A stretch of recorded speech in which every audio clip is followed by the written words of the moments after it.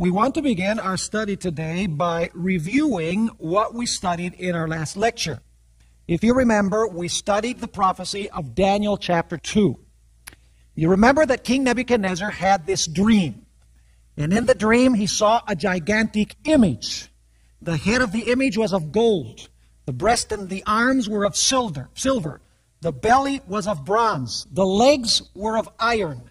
And the feet were of iron and clay. And then Nebuchadnezzar saw a gigantic stone come from heaven and smite the image on its feet and broke the image into smithereens. And then that stone became a mountain which filled the whole earth.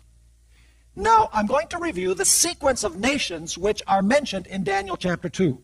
The head of gold represents the kingdom of Babylon, which governed from the year 605 till the year 539 BC. The breast and arms of silver represent the kingdom of Medo-Persia, which governed from 539 to 331 BC. The belly of bronze represents the kingdom of Greece, which ruled from the year 331 till the year 168 BC.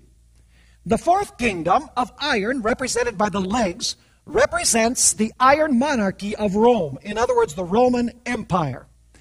And of course, the feet of iron and clay, 10 toes, represent the divisions of Western Europe. But you'll notice that the divisions of Western Europe are a continuation of Rome because the feet have iron just like the legs have iron, but this is a different kind of Rome. It is a continuation of Rome because it's the same iron as the legs, but it is a different kind of Rome because it is a mixed Rome. And we studied in our last lecture that the clay represents the church. In other words, after the Roman Empire was split up, you had a period where church and state were joined together. And actually that condition lasts until the second coming of Jesus Christ. Now, the kingdom that we're especially going to focus on our study today is the fourth kingdom of Daniel chapter 2. We're going to be quite a bit of time in the image, the portion that has to do with the legs of iron. Now, we need to look at some background before we actually get into the study of Revelation chapter 12. Go with me once again to Genesis chapter 3 and verse 15, that verse which has guided us in the study in this seminar. Genesis chapter 3 and verse 15. Very well-known verse. God is speaking to the serpent and he says, "And I will put enmity between you and the woman, and between your seed and her seed. He, that is the seed of the woman, shall bruise your, that is the serpent's, head, and you shall bruise his heel." Four key elements in this verse.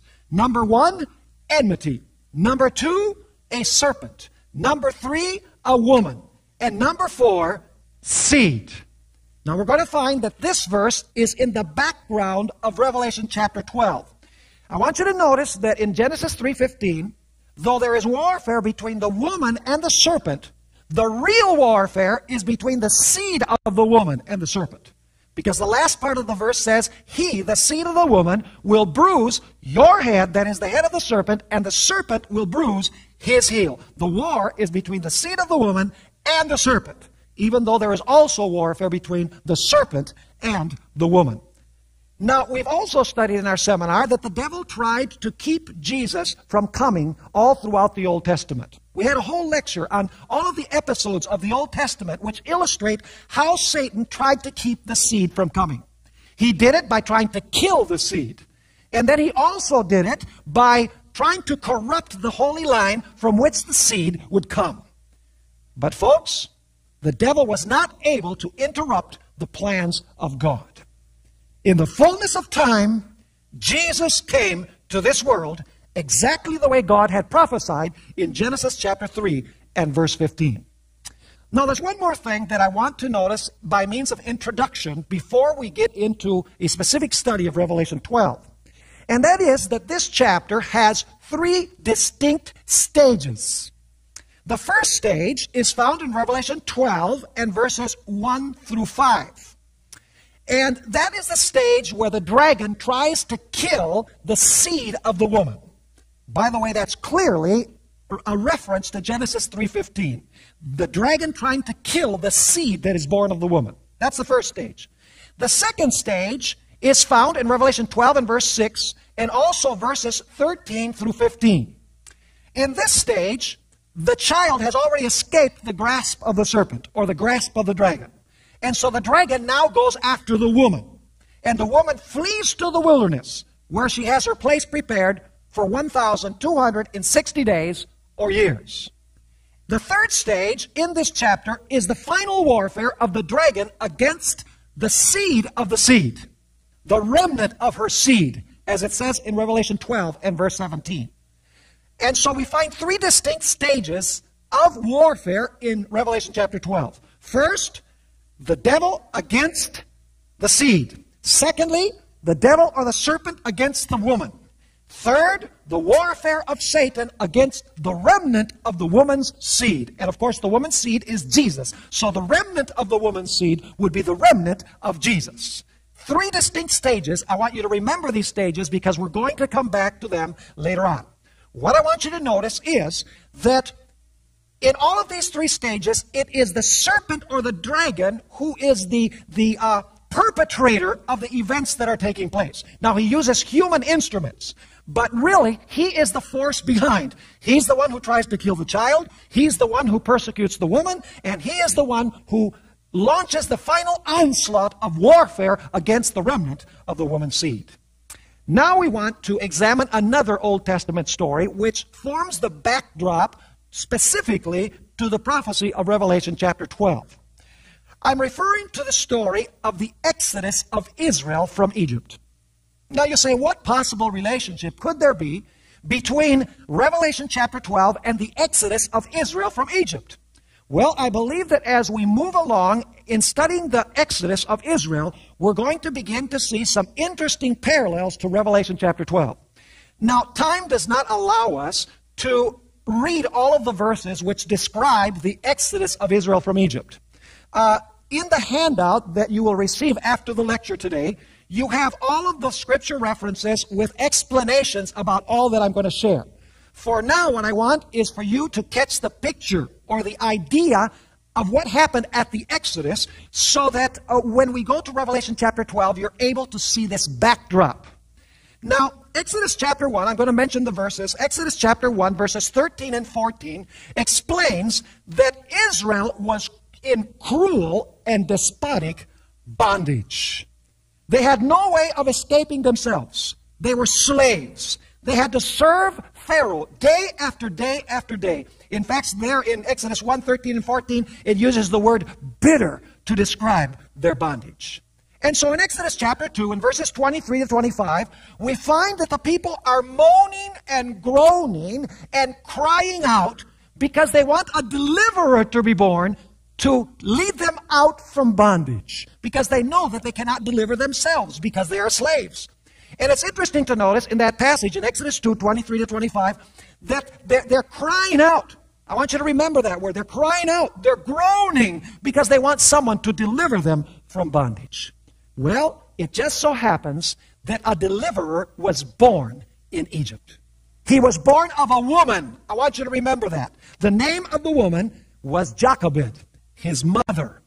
And so we find here a child, a man-child, who is going to be born of a woman, and he is going to be the deliverer of Israel from bondage when they are crying out to God for deliverance. But there was one who did not want this child to survive. He felt threatened by his existence, or by his potential existence. And of course, the name of that individual was Pharaoh.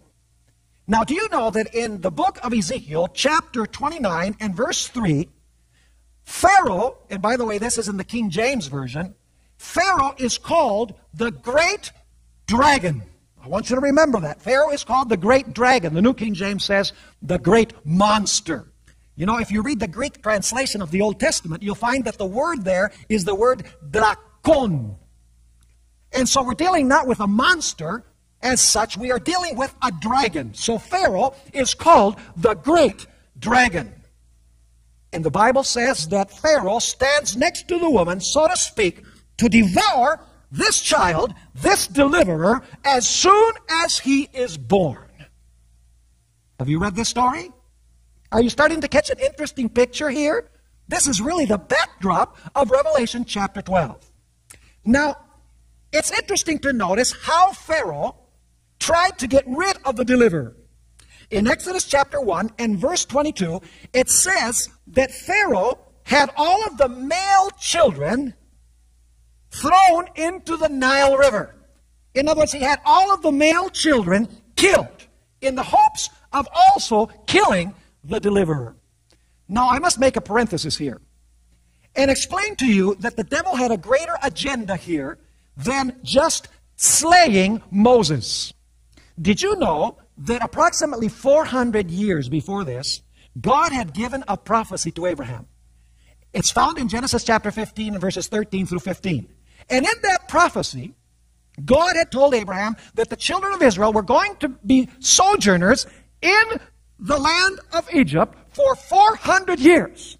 But that after the 400 years, God was going to deliver them from Egypt, and He was going to take them to Canaan. Do you think the devil carefully calculated when the 400 years began and when the 400 years ended? Of course he did. The devil did not want Israel to be delivered from bondage because he knew that if Israel went to Canaan, in Canaan, the Messiah would be born. And so he says, I'm going to nip this in the bud. I am going to kill the deliverer so that Israel cannot leave Egypt and cannot enter Canaan. And that way the deliverer will not be born. And folks, it is no coincidence that the Canaanites fought tooth and nail for the promised land. This was not only their attitude, it was Satan inspiring them to resist Israel entering the promised land, because the devil knew that in that place the Messiah was going to be born. And he knew it because God had taken Abraham out of Ur of the Chaldees, and He took him to Haran, and then He took him to the promised land. And so the devil says, I cannot allow a deliverer to exist. I must kill him. I must nip this in the bud, and that way Israel will remain in bondage. But it's interesting that Moses was preserved in Egypt. His life was spared. He was protected in the land of Egypt. And of course, we are told in Exodus that he became the great deliverer of the children of Israel. In fact, the night that Israel was delivered, I want you to notice, this is very interesting. The night that Israel was delivered, God told them, as a sign of their deliverance, to sacrifice a lamb without blemish. In other words, the sign of their deliverance was the death of a perfect lamb. And when they sacrificed that lamb, they were delivered from bondage to the literal Egyptians. Now, there's much more that we need to say. Before Israel entered the promised land, Moses, the deliverer, died on the borders of Canaan. The story of his death is found in Deuteronomy chapter 34. And I'm not going to go there. I just want to mention the verses. Deuteronomy 34, 5, and 6. There are two strange things about the death of Moses. Number one, we are told in Deuteronomy 34 that God buried Moses. He's the only person in the Bible that God ever buried. We don't know of anyone else who God buried. Not even Jesus. Jesus wasn't buried by his father. But Moses was buried by God. And another interesting detail, which is very strange, is the fact that it says there in Deuteronomy 34 that no one knew where his tomb was till that day.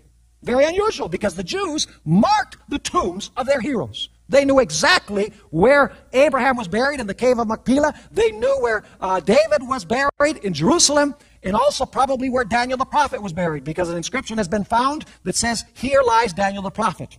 Recently, his body wasn't found, but the inscription says that Daniel was buried there. The Jews marked the tombs of their heroes. But with Moses, God buried him, and nobody knew where his tomb was. Do you know what happened when Moses died according to Scripture? He died, he was buried, and when he was buried, we're told in the book of Jude, verse 9, I only mention the verse because Jude only has one chapter, Jude verse 9, that there was a battle at the gravesite of Moses. It says there that Michael the archangel fought with Satan over the body of Moses. Now, do you think that they were fighting for a dead corpse? Do you think that every time a person dies, Michael the archangel and the devil fight over a dead body? Obviously not. By the way, that individual, Michael the archangel, was none less than Jesus Christ himself. Now let me explain that the Bible does not teach that Michael the archangel was the first creature of God, like some churches teach. We believe that Michael the archangel is Christ, but Christ is everlasting God. He never had a beginning. He is the great angel of the resurrection, the great messenger of the resurrection. That's the reason why in 1 Thessalonians chapter 4, we're told that the Lord will descend with a shout. The Lord himself will descend with a shout, with the voice of the archangel and with the trumpet of God. Notice that the Lord himself utters the voice of the archangel. And so there was this battle over the body of Moses. And actually, Michael had come to resurrect Moses. You say, now how do you know that? Well, it's very, very simple. In Matthew chapter 17 and verse 3, we find the episode where Jesus was transfigured on the Mount of Transfiguration. And we are told there that as Jesus was being transfigured, in other words, he was glorified there, and it says that his garments shone like the sun, we're told that two individuals were sent to speak with him. One of them, of course, was Elijah, who was translated to heaven from among the living. The other was Moses. Now, what was Moses doing there 1,400 years after his death? It must be that he resurrected. Because if he didn't resurrect, he could not have come to speak to Jesus. In other words, Moses died once he had delivered Israel from Egypt. He died, he was buried, he resurrected, and he ascended to heaven. Now let's summarize what we've studied about Moses. Moses delivered literal Israel from literal bondage in literal Egypt, took them across a literal desert to a literal land of Canaan. They sacrificed a literal lamb. Moses brought literal water from a literal rock and literal bread from heaven. A literal serpent was raised up in the literal desert to prevent literal death from literal poison. In other words, what happened in the Old Testament was literal and local, but it symbolized future events which would be spiritual and global. In other words, we have in this episode of Moses a prophecy of a far greater event which was going to take place in the future, and which was foreshadowed by this experience of Israel leaving the land of Egypt. Are you clear in what we've spoken about so far? You have the backdrop of Daniel 2. Don't forget that. The fourth kingdom of Daniel 2. That's the key right now. Rome. The empire of Rome, the iron monarchy of Rome. That's the backdrop of which kingdom from the Old Testament? The fourth kingdom of Daniel 2. We have the backdrop of Genesis 3:15. Let me ask you, do you have the same elements in the story of Moses that you have in Genesis 3:15? Do you have enmity? Yes, you do. Do you have a woman? Yes, Jochebed. Do you have a seed? Yes, Moses. Do you have the dragon wanting to kill the seed? Absolutely. And so really, this story of the Exodus from Egypt is really a reenactment of the story that is told in Genesis 3 and verse 15. Now let's go in our Bibles to Revelation chapter 12 and verses 1 through 5. Revelation chapter 12, verses 1 through 5. And I'm going to read this passage. I'm actually going to read all 5 verses, and then we're going to study them more carefully. It says here, "Now a great sign appeared in heaven. A woman, clothed with the sun, with the moon under her feet, and on her head a garland of 12 stars." Now notice, there's a woman. Verse 2. "Then being with child, she cried out in labor and in pain to give birth." So do you have a seed in her womb? Yes. Okay, verse 3. "And another sign appeared in heaven. Behold, a great fiery red dragon, having 7 heads and 10 horns, and 7 diadems on his heads." Verse 4. "His tail drew 1/3 of the stars of heaven," speaks about his origin, "and threw them to the earth. And the dragon stood before the woman who was ready to give birth to devour her child as soon as it was born. She bore a male child who was to rule all nations with a rod of iron, and her child was caught up to God and to his throne." Question: do you have a woman in this passage? Yes, you do. Do you have a dragon or a serpent in this passage? Yes, we do. Do you have enmity in this passage? Absolutely. And do you have in this passage a seed which the woman is going to bring into the world? Yes. This is really a development and an unfolding of the prophecy of Genesis chapter 3 and verse 15. And by the way, it is also a greater amplification on a worldwide scale of the experience that took place with Moses when he delivered Israel from the land of Egypt. By the way, do you know that the New Testament presents Jesus as a new Moses, or as one greater than Moses? Notice the book of Hebrews chapter 3 and verses 1 and 2. Hebrews chapter 3 and verses 1 and 2. Here there's a comparison between Moses and Jesus. It says there in verse 1, "Therefore, holy brethren, partakers of the heavenly calling, consider the apostle and high priest of our confession, Jesus Christ, who was faithful to him who appointed him, as Moses also was faithful in all his house." In other words, Moses was great, but Jesus is greater than Moses.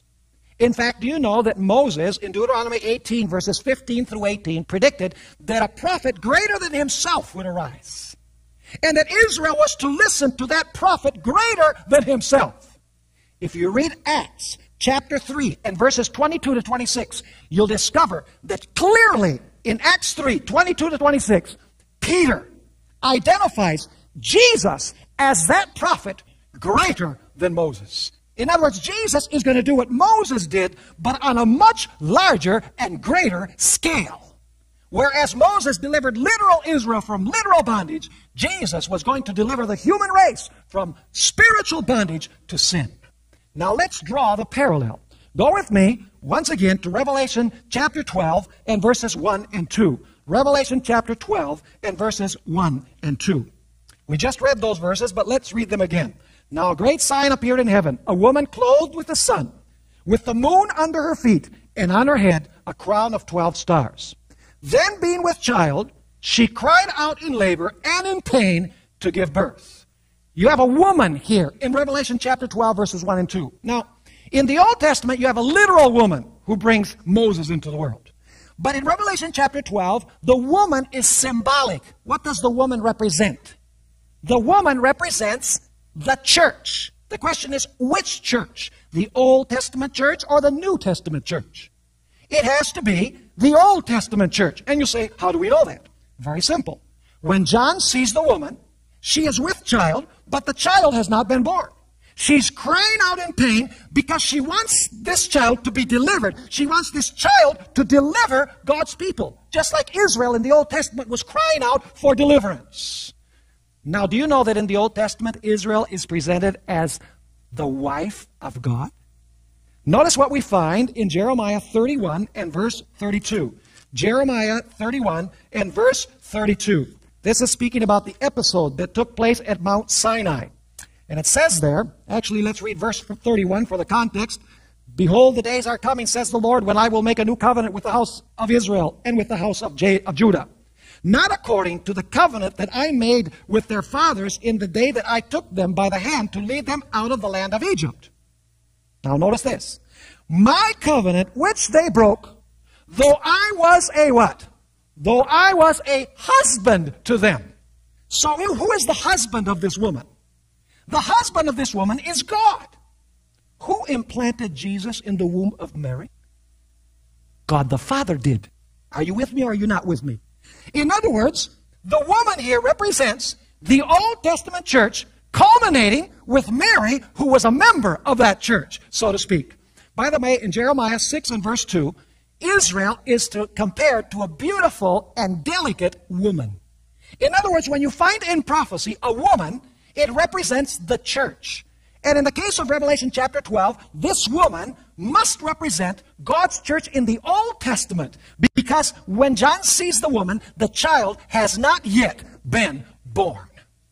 In other words, what John is seeing is the Old Testament church moaning and groaning and crying out in labor pains because they want the Messiah to be born into the world to deliver the human race from sin. Now you say, how do you know that it's the Old Testament church? Well, besides the fact that this woman has not had the child yet, we have another clue that indicates that this represents the Old Testament church. Go with me to Genesis chapter 37 and verses 9 and 10. Genesis 37 and verses 9 and 10. It's speaking here about the sons of Jacob. And it's very interesting to notice a dream that Joseph had. Notice verse 9. Then he dreamed still another dream, and told it to his brothers, and said, Look, I have dreamed another dream. And this time the sun, moon, and the 11 stars bowed down to me.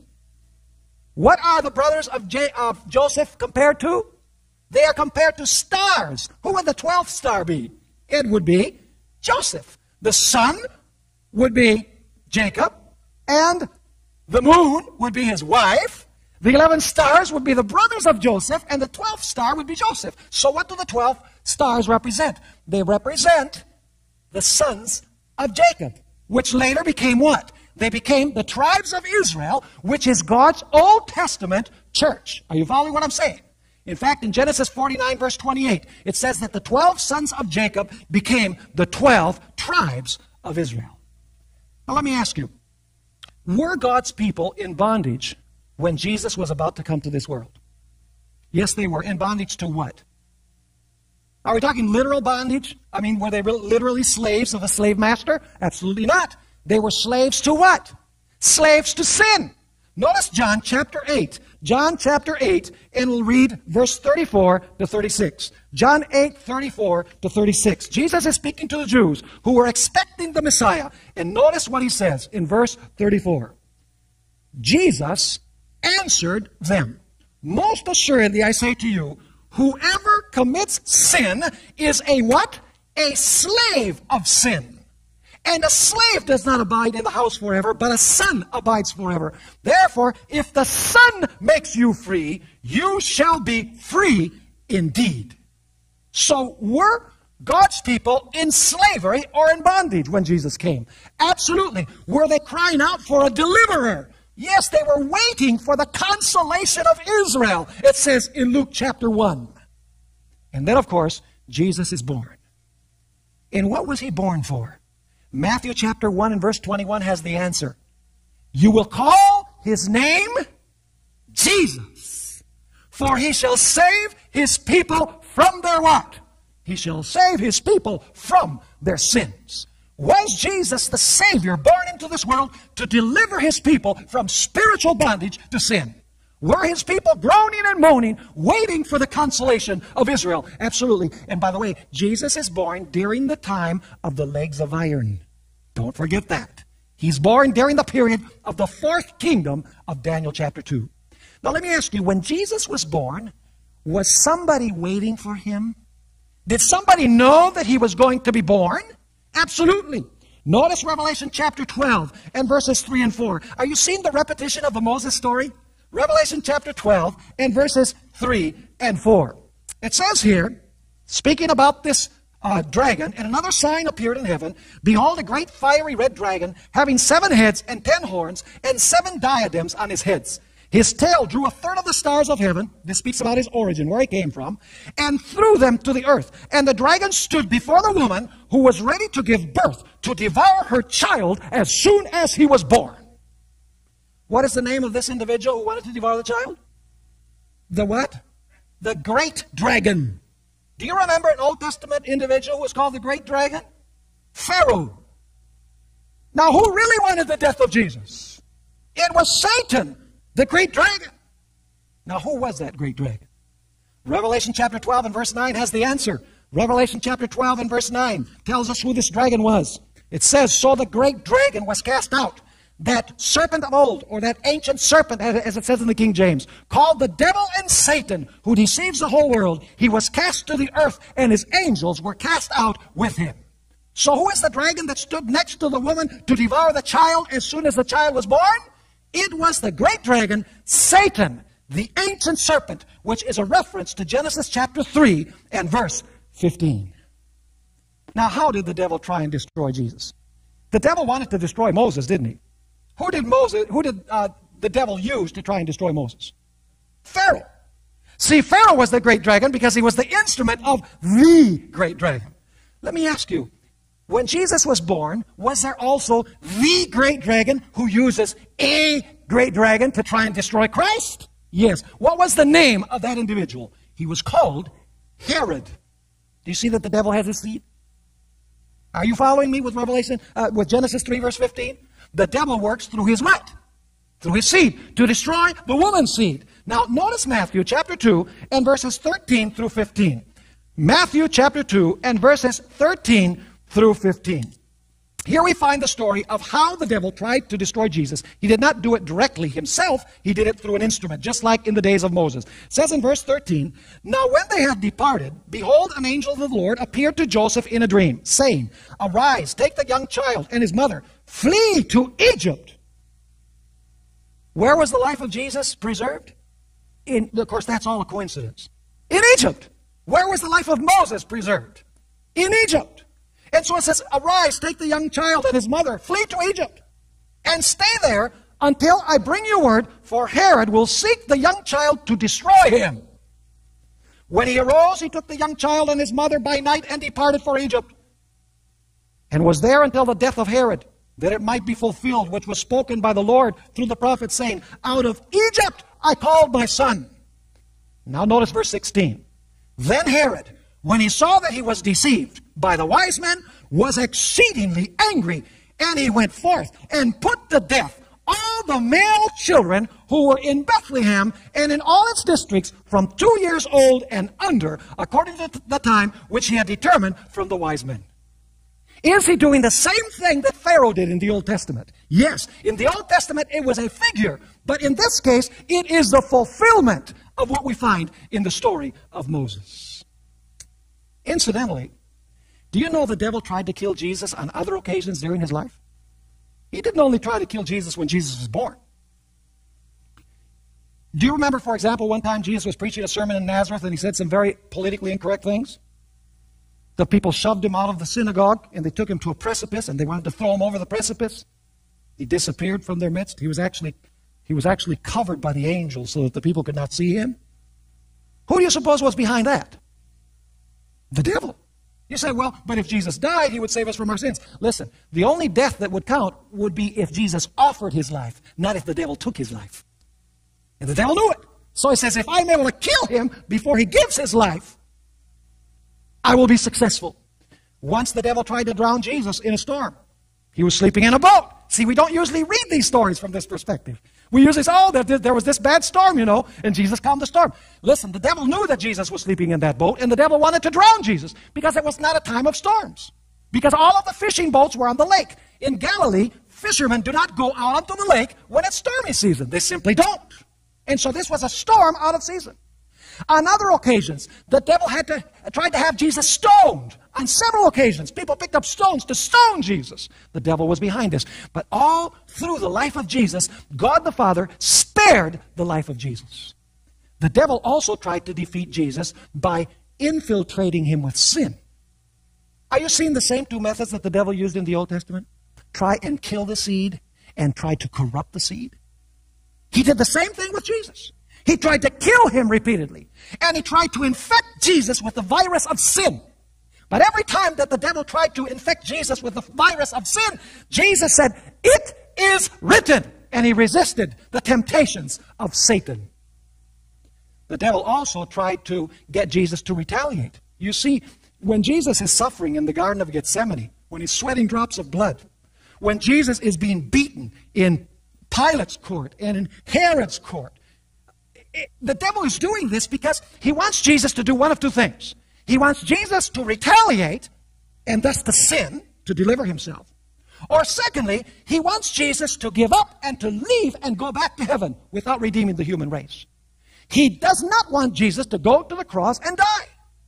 He's causing these sufferings because he wants to bother Jesus so much that Jesus will retaliate, or Jesus will leave when he sees that his disciples have forsaken him, that there's nobody with him. The devil's saying, what's the use of you going through this? Nobody's going to be saved. Everybody's forsaken you. Go back to heaven where you're loved.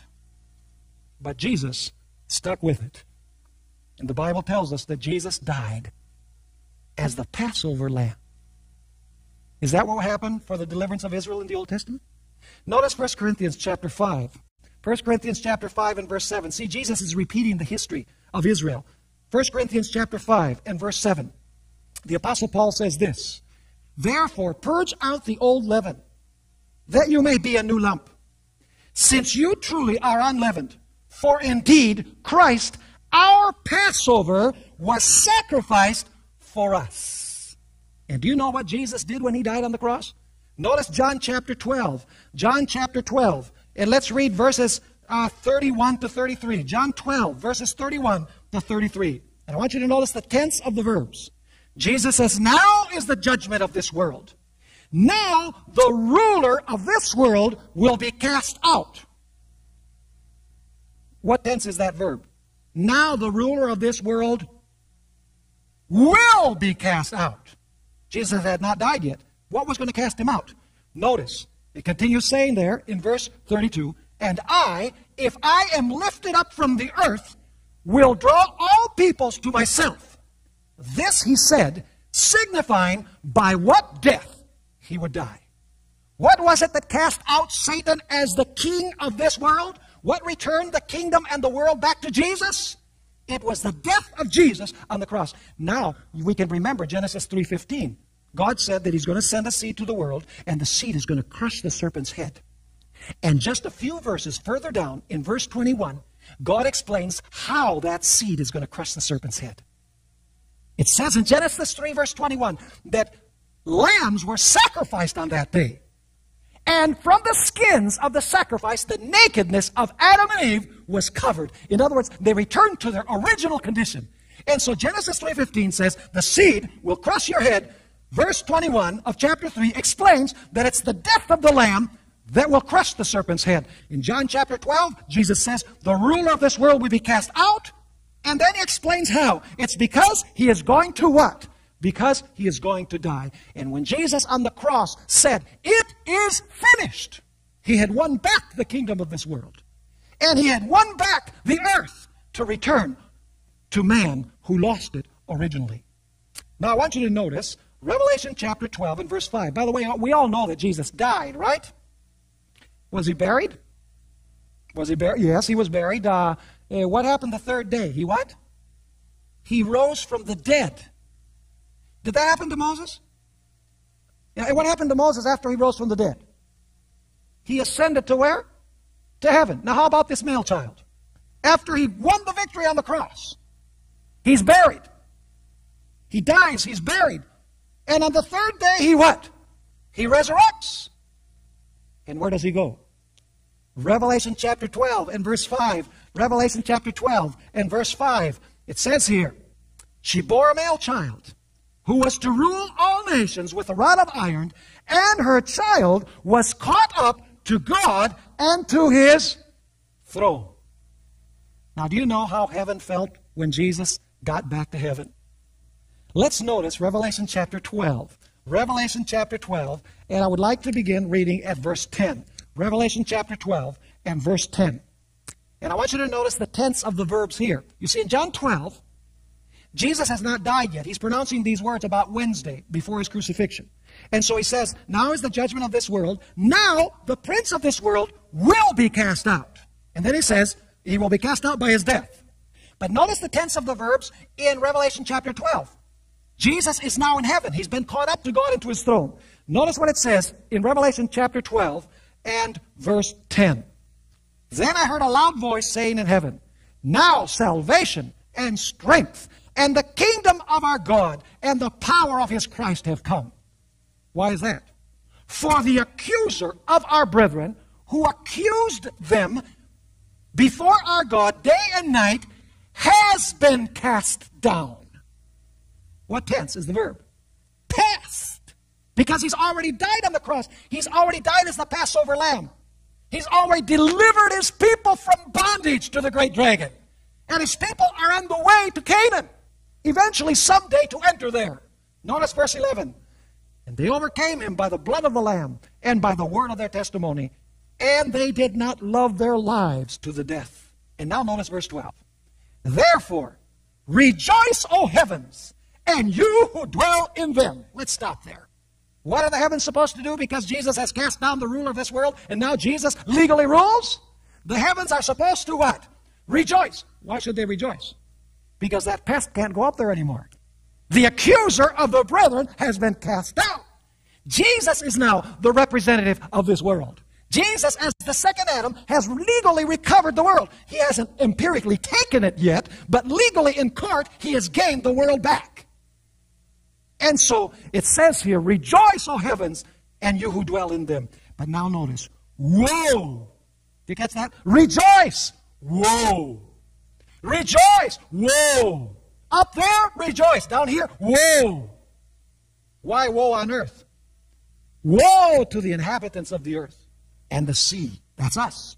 For the devil has come down to you, because he's been cast down, having great what? Great wrath, because he knows that he has but what? He has but a short time. Now we need to quickly look at the final stages of Revelation chapter 12. We've only discussed the first stage up till now, and that's the one that I primarily wanted us to understand. But there's two additional stages. Let's go to Revelation chapter 12 and verse 6. Revelation chapter 12 and verse 6. What happens after this child ascends to heaven? The dragon is furious. He's enraged. He can't vent his rage upon the child anymore because the child beat him and is back in heaven. So what does the devil have to do? He has to take second best. And what is second best? To go after the woman. Notice verse 6.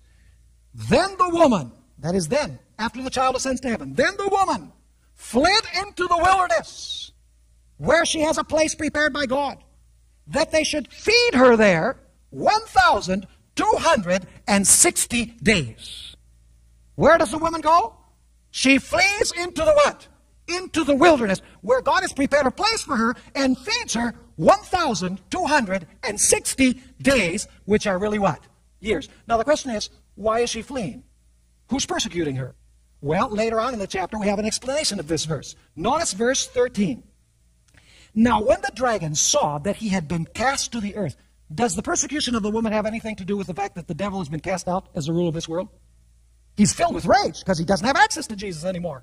So it says, now when the dragon saw that he had been cast to the earth, he persecuted the woman who gave birth to the male child. See, now the enmity is between the serpent and the woman. Genesis 3:15 has that also. The serpent and the woman are at war, and the seed of the woman and the serpent are at war. He already warred against the seed of the woman and lost. So now he goes after the woman. And notice verse 14. But the woman was given 2 wings of a great eagle, that she might fly into the wilderness to her place, where she is nourished. Same elements as verse 6, right? Where she is nourished for a time and times and half a time from the presence of the serpent. So the serpent spewed water out of his mouth. That's his peoples, his multitudes, like a flood after the woman, that he might cause her to be carried away by the flood. And so after the child escapes, is there a period where the dragon goes after the woman? Yes. How long does he go after the woman? 1,260 years. Would you think that this would be the period of the feat of the mixture of church and state? All you have to do is look at history. In the Middle Ages, you see that it was the nominal church of the Middle Ages that persecuted God's people who were in the wilderness, so to speak. The Waldenses and the Albigenses and others had to flee from the established church that wanted to destroy them because the church said that they were heretics. And so here you have the feat of iron and clay, the mixture of church and state. Now in Daniel 2, you don't have any specific time period given to the feat, but in our lecture on Daniel 7, we are going to study how after this dragon rules for a period, he's going to sprout 10 horns, and then among the 10 horns will rise a little horn, and the little horn will rule times, and the dividing of time. Revelation 12 is covering the same period as Daniel 2, and the same period as we will study from Daniel chapter 7. Now I want you to notice, we're not going to get into this in detail, but when the woman is being persecuted, she flees into the wilderness, God maintains her there, God feeds her there, but then suddenly something comes to the rescue. Revelation chapter 12 and verse 16 says, but the earth helped the woman. And the earth opened up its mouth and swallowed up the flood which the dragon had spewed out of his mouth. Does persecution come to an end Yes or no? Absolutely. When would it come to an end? It would have to be when the 1,260 years end. Because the church, the woman, is persecuted for 1,260 years. So the earth helping the woman must come after this period. The earth swallows up the waters of persecution. Persecution ceases for a period. Does it cease forever? No. Notice the third stage of Revelation 12. In verse 17, this will be our final closing verse. And the dragon was enraged with the woman. Why? Because the earth helped the woman, right? Was enraged with the woman. We'll talk about the earth later on in this seminar. And he went to make what? War. And it says here in the New King James, with the rest of her offspring. I like the King James Version. It says, with the remnant of her seed, who keep the commandments of God and have the testimony of Jesus Christ. Do you have the same four elements in Revelation 12:17 as you have in Genesis 3:15? Let's look at it. Do we have in Revelation 12:17 enmity? Yes or no? Absolutely. Do we have in Revelation 12 verse 17 a woman? Yes, we do. Do we have in Revelation 12:17 a dragon or a serpent? Yes. Do we have in Revelation 12:17 a seed? Yes, we do. And by the way, Revelation 12:17 is not speaking about the seed of the woman. It's talking about the seed's seed. I'll let you digest that for a couple of seconds. The warfare is not against the seed. It's not even against the woman. It's against the seed's seed. The final remnant of the woman's seed. Now, who is the woman's seed? We already studied it. Verses 1 through 5 says that the seed of the woman that she bears is what? Jesus. So who must the remnant of her seed be? If her seed is Jesus, it must be the remnant of Jesus. You're not following me, are you? It's the remnant of Jesus. So are there going to be Christians in this world in the final persecution of Satan against the church? Absolutely. By the way, in John chapter 2 and 12 and verse 24, Jesus says that unless a seed falls into the ground and dies, it cannot bear fruit. But if it falls into the ground and dies, it will grow into a plant and produce much fruit. That seed was Jesus. When Jesus died on the cross, he was planted in the earth. He resurrected. He sprouted to new life. The seed died and it sprouted. And now, because Jesus died and resurrected, what is he going to bear? He is going to bear many children. The seed's seed, if you please. That's why in Galatians chapter 3, it says that Jesus is the seed of Abraham. He's the only seed. The promise was not made to seeds, but to the seed who is Christ. But then later on in the chapter it says, if you are Christ's, you are Abraham's seed, and heirs according to the promise. Because when we join Jesus, we are the seed's seed, and the devil hates us as much as he hated Jesus.